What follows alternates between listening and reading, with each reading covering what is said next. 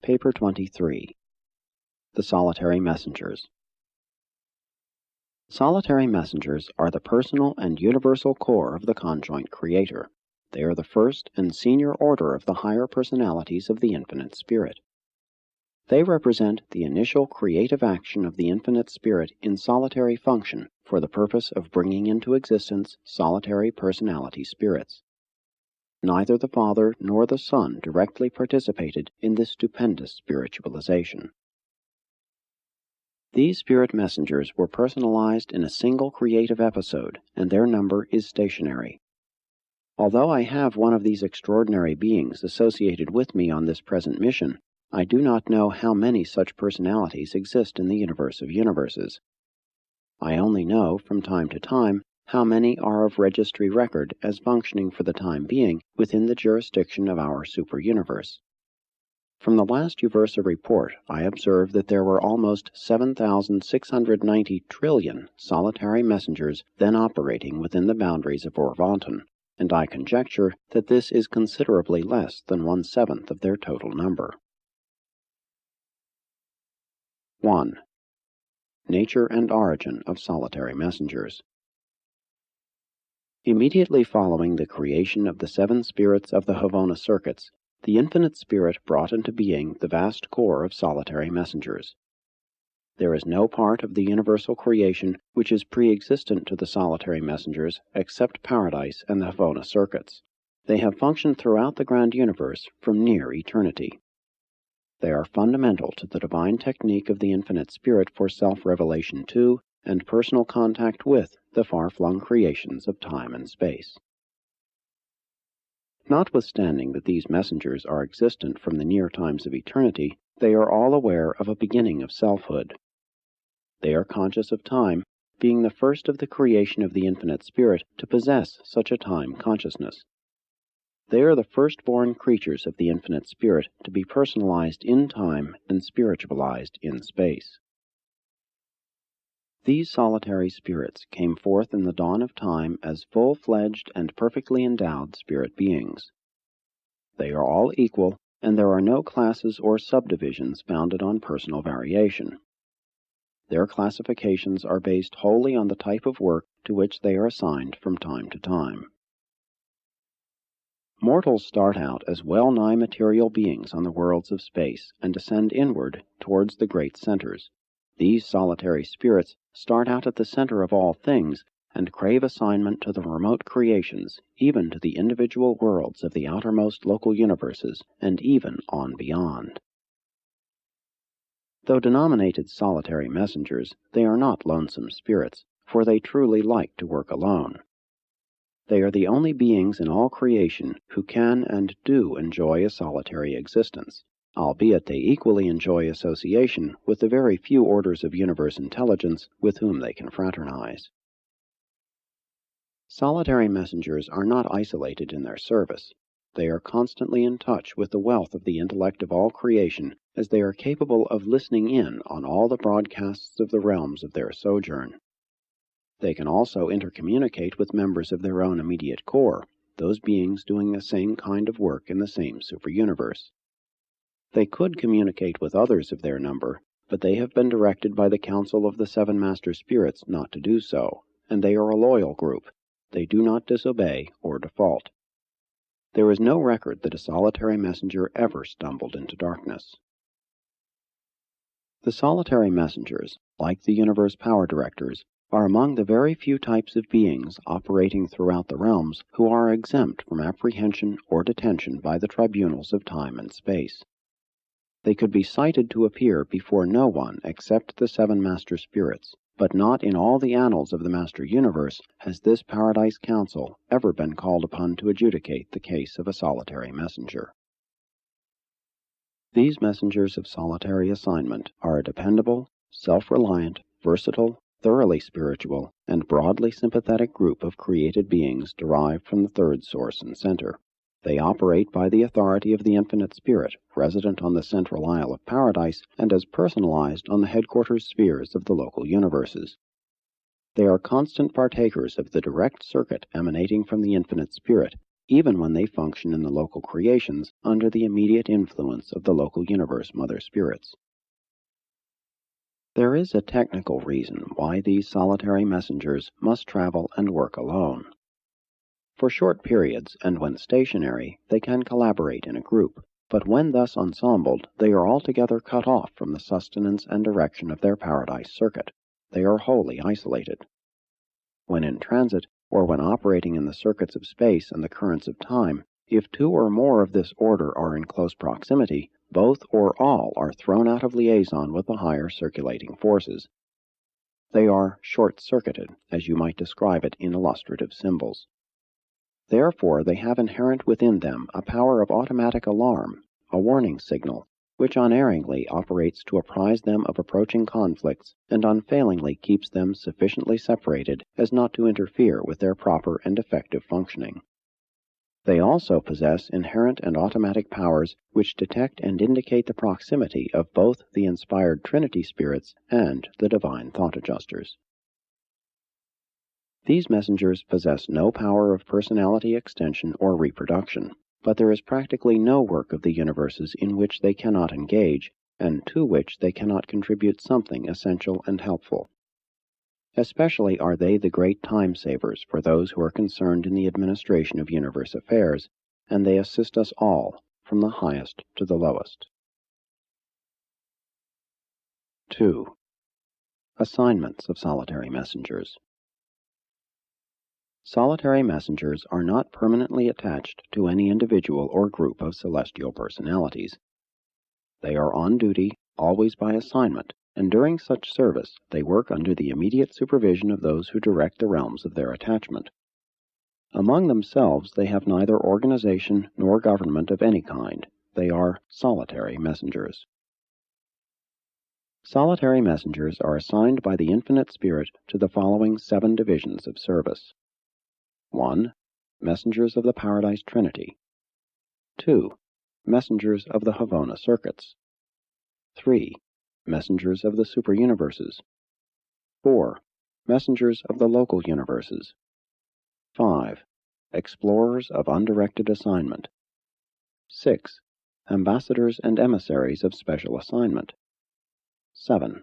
Revelators of truth. These spirit messengers are in every sense interchangeable from one type of service to another. Such transfers are constantly taking place. There are no separate orders of solitary messengers.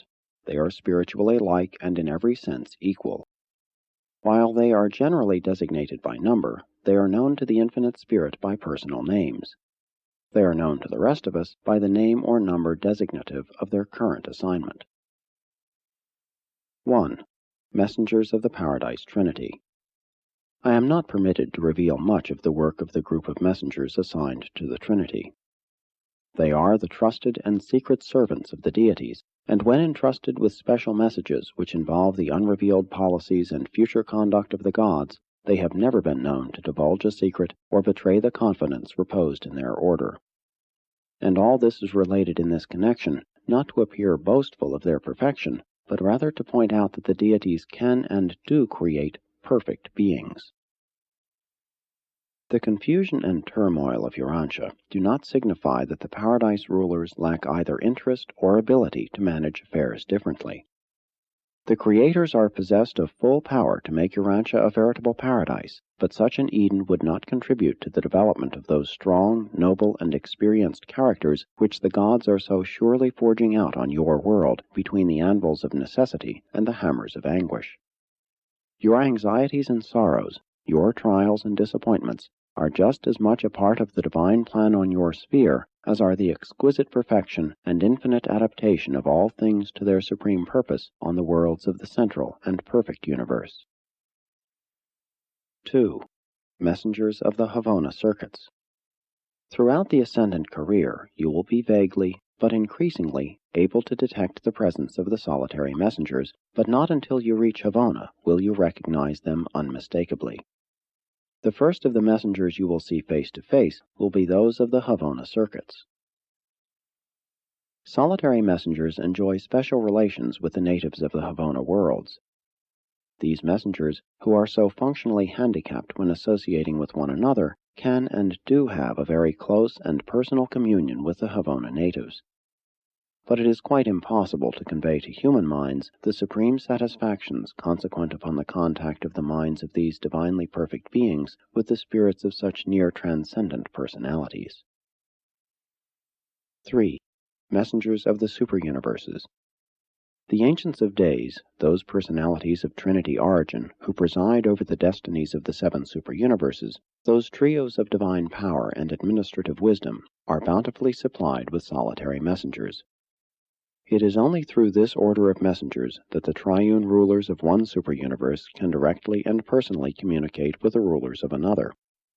Solitary messengers are the only available type of spirit intelligence, aside possibly from the inspired Trinity spirits, that can be dispatched from the headquarters of one superuniverse directly to the headquarters of another.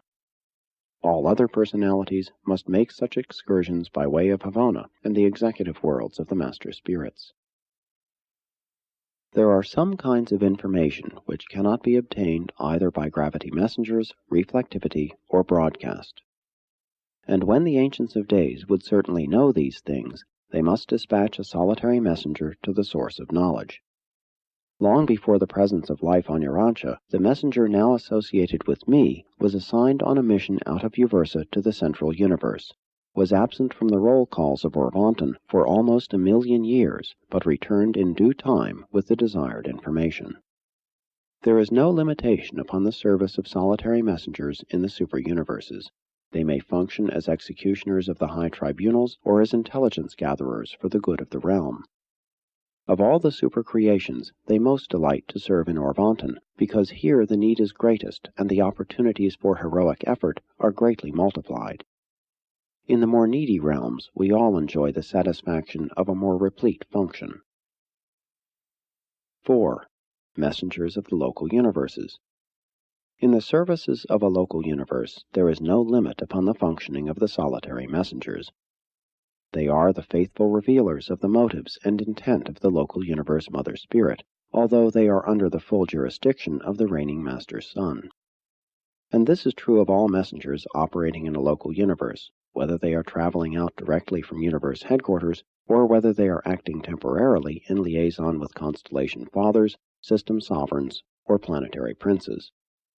Before the concentration of all power in the hands of a Creator Sun at the time of his elevation as sovereign ruler of his universe, these messengers of the local universes function under the general direction of the Ancients of Days and are immediately responsible to their resident representative, the Union of Days. 5. Explorers of undirected assignment. When the reserve corps of the solitary messengers is over-recruited, there issues from one of the 7 Supreme Power Directors a call for exploration volunteers, and there is never a lack of volunteers, for they delight to be dispatched as free and untrammeled explorers to experience the thrill of finding the organizing nucleuses of new worlds and universes. They go forth to investigate the clues furnished by the space contemplators of the realms. Undoubtedly the Paradise deities know of the existence of these undiscovered energy systems of space, but they never divulge such information. If the solitary messengers did not explore and chart these newly organizing energy centers, such phenomena would long remain unnoticed even by intelligences of adjacent realms. Solitary messengers, as a class, are highly sensitive to gravity. Accordingly, they can sometimes detect the probable presence of very small dark planets, the very worlds which are best adapted to life experiments. These messenger explorers of undirected assignment patrol the Master Universe. They are constantly out on exploring expeditions to the uncharted regions of all outer space. Very much of the information which we possess of transactions in the realms of outer space we owe to the explorations of the solitary messengers, as they often work and study with the celestial astronomers. 6. Ambassadors and emissaries of special assignment. Local universes situated within the same superuniverse customarily exchange ambassadors selected from their native orders of sonship. But to avoid delay, solitary messengers are frequently asked to go as ambassadors from one local creation to another, to represent and interpret one realm to another. For example, when a newly inhabited realm is discovered, it may prove to be so remote in space that a long time will pass before an enseraphimed ambassador can reach this far distant universe. An enseraphimed being cannot possibly exceed the velocity of 558,840 Urantia miles in 1 second of your time. Massive stars, cross-currents, and detours, as well as attraction tangents, will all tend to retard such speed so that on a long journey the velocity will average about 550,000 miles per second. When it develops that it will require hundreds of years for a native ambassador to reach a far distant local universe, a solitary messenger is often asked to proceed there immediately to act as ambassador ad interim. Solitary messengers can go in very short order, not independently of time and space as do the gravity messengers, but nearly so. They also serve in other circumstances as emissaries of special assignment. 7. Revelators of truth. The solitary messengers regard the assignment to reveal truth as the highest trust of their order, and they function ever and anon in this capacity, from the superuniverses to the individual planets of space. They are frequently attached to commissions which are sent to enlarge the revelation of truth to the worlds and systems. 3. Time and space services of solitary messengers. The solitary messengers are the highest type of perfect and confidential personality available in all realms for the quick transmission of important and urgent messages when it is inexpedient to utilize either the broadcast service or the reflectivity mechanism. They serve in an endless variety of assignments, helping out the spiritual and material beings of the realms, particularly where the element of time is involved. Of all orders assigned to the services of the superuniverse domains, they are the highest and most versatile personalized beings who can come so near to defying time and space. The universe is well supplied with spirits who utilize gravity for purposes of transit. They can go anywhere, anytime, instanter, but they are not persons. Certain other gravity traversers are personal beings, such as gravity messengers and transcendental recorders, but they are not available to the super and the local universe administrators. The worlds teem with angels and men and other highly personal beings, but they are handicapped by time and space. The limit of velocity for most non-enseraphimed beings is 186,280 miles of your world per second of your time. The midway creatures and certain others can, often do, attain double velocity, 372,560 miles per second, while the seraphim and others can traverse space at triple velocity, about 558,840 miles per second. There are, however, no transit or messenger personalities who function between the instantaneous velocities of the gravity traversers and the comparatively slow speeds of the seraphim, except the solitary messengers. Solitary messengers are, therefore, generally used for dispatch and service in those situations where personality is essential to the achievement of the assignment and where it is desired to avoid the loss of time which would be occasioned by the sending of any other readily available type of personal messenger. They are the only definitely personalized beings who can synchronize with the combined universal currents of the grand universe. Their velocity in traversing space is variable, depending on a great variety of interfering influences, but the record shows that on the journey to fulfill this mission, my associate messenger proceeded at the rate of 841,621,642,000 of your miles per second of your time. It is wholly beyond my ability to explain to the material type of mind how a spirit can be a real person and at the same time traverse space at such tremendous velocities. But these very solitary messengers actually come to and go from Urantia at these incomprehensible speeds. Indeed, the whole economy of universal administration would be largely deprived of its personal element were this not a fact.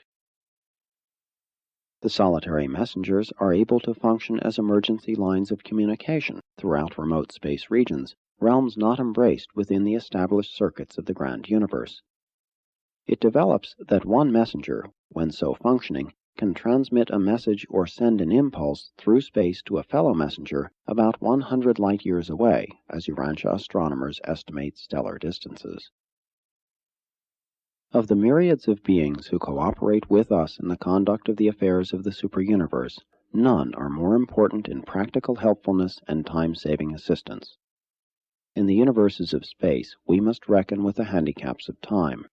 Hence the great service of the solitary messengers, who, by means of their personal prerogatives of communication, are somewhat independent of space, and by virtue of their tremendous transit velocities, are so nearly independent of time. I am at a loss to explain to Urantia mortals how the solitary messengers can be without form and yet possess real and definite personalities. Although they are without that form which would naturally be associated with personality, they do possess a spirit presence which is discernible by all higher types of spirit beings. The solitary messengers are the only class of beings who seem to be possessed of well-nigh all the advantages of a formless spirit, coupled with all the prerogatives of a full-fledged personality. They are true persons, yet endowed with nearly all of the attributes of impersonal spirit manifestation. In the 7 superuniverses, ordinarily, but not always, everything which tends to increase any creature's liberation from the handicaps of time and space proportionately diminishes personality prerogatives. Solitary messengers are an exception to this general law. They are in their activities all but unrestricted in the utilization of any and all of the limitless avenues of spiritual expression, divine service, personal ministry, and cosmic communication. If you could view these extraordinary beings in the light of my experience in universe administration, you would comprehend how difficult it would be to coordinate superuniverse affairs were it not for their versatile cooperation. No matter how much the universe may enlarge, no more solitary messengers will probably ever be created. As the universes grow, the expanded work of administration must be increasingly borne by other types of spirit ministers, and by those beings who take origin in these new creations, such as the creatures of the sovereign suns and the local universe mother spirits. 4. Special ministry of solitary messengers. The solitary messengers seem to be personality coordinators for all types of spirit beings. Their ministry helps to make all the personalities of the far-flung spiritual world akin. They contribute much to the development, in all spirit beings, of a consciousness of group identity. Every type of spirit being is served by special groups of solitary messengers who foster the ability of such beings to understand and fraternize with all other types and orders, however dissimilar. The solitary messengers demonstrate such an amazing ability to coordinate all types and orders of finite personality, even to make contact with the absonite regime of the Master Universe Overcontrollers, that some of us postulate that the creation of these messengers by the Infinite Spirit is in some manner related to the conjoint actor's bestowal of Supreme Ultimate Mind. When a finaliter and a paradise citizen cooperate in the trinitization of a child of time and eternity, a transaction involving the unrevealed mind potentials of the Supreme Ultimate, and when such an unclassified personality is dispatched to Vice-Jarrington, a solitary messenger, a conjectured personality repercussion of the bestowal of such deity mind, is always assigned as guardian companion to such a creature trinitized son. This messenger accompanies the new son of destiny to the world of his assignment, and never more leaves Vice-Jarrington. When thus attached to the destinies of a child of time and eternity, a solitary messenger is forever transferred to the sole supervision of the architects of the Master Universe.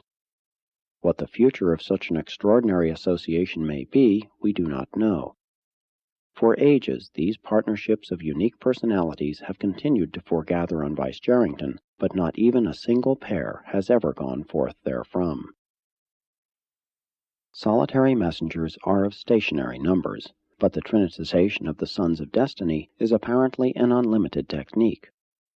Since each trinitized son of destiny has assigned to him a solitary messenger, it appears to us that at some time in the remote future the supply of messengers will become exhausted. Who will take up their work in the grand universe? Will their service be assumed by some new development among the inspired Trinity spirits? Is the grand universe at some remote period going to be more nearly administered by Trinity origin beings, while the single and dual origin creatures move on into the realms of outer space? If the messengers return to their former service, will these sons of destiny accompany them? Will the trinitizations between finaliters and paradise of owners cease when the supply of solitary messengers has been absorbed as guardian companions of these sons of destiny? Are all our efficient solitary messengers going to be concentrated on Vice-Jarrington? Are these extraordinary spirit personalities going to be eternally associated with these trinitized sons of unrevealed destiny? What significance should we attach to the fact that these couples foregathering on Vice-Jarrington are under the exclusive direction of those mighty mystery beings, the architects of the Master Universe? These and many similar questions we ask ourselves, and ask numerous other orders of celestial beings, but we do not know the answers. This transaction, together with many similar occurrences in universe administration, unmistakably indicates that the personnel of the grand universe, even that of Avona and Paradise, is undergoing a definite and certain reorganization in coordination with, and with reference to, the vast energy evolutions now taking place throughout the realms of outer space. We incline to the belief that the eternal future will witness phenomena of universe evolution which will far transcend all that the eternal past has experienced. And we anticipate such tremendous adventures, even as you should, with keen relish and ever-heightening expectation. Presented by a divine counselor from Uversa.